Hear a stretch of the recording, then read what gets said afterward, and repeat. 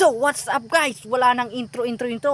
Welcome kayo sa aking vlog. So for today's video ay papakita ko sa inyo ang palay na malapit ng aanihin. So sagsagan taga dito ng bagyo, and salamat naman sa Diyos at nawala na. I mean yung nakalabas na. So hindi na ako mag-i-edit kasi mabilis lang itong may storage itong cellphone ko, kaya samahan niyo ako na tignan natin ang mga palay. Let's go. Yan.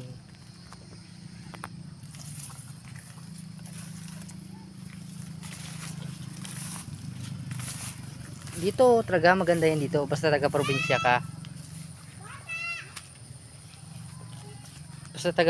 ka.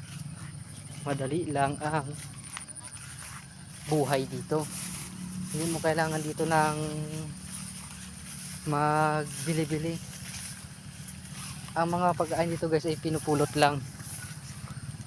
Pwede ka ditong managraw or kung ano lang, basta masipag ka magtanim. Yan. Nga pala, uso dito ang gagamba guys, alam niyo yun. Kapag sa palayan ka taga maghanap ay madali lang mga gagamba na yan. Marami kasi dito. Yan.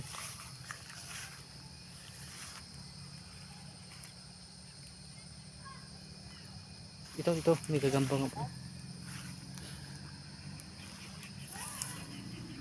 Yan guys, ang tawag dyan banayaw. Kita nyo dyan guys, banayaw ang tawag dyan.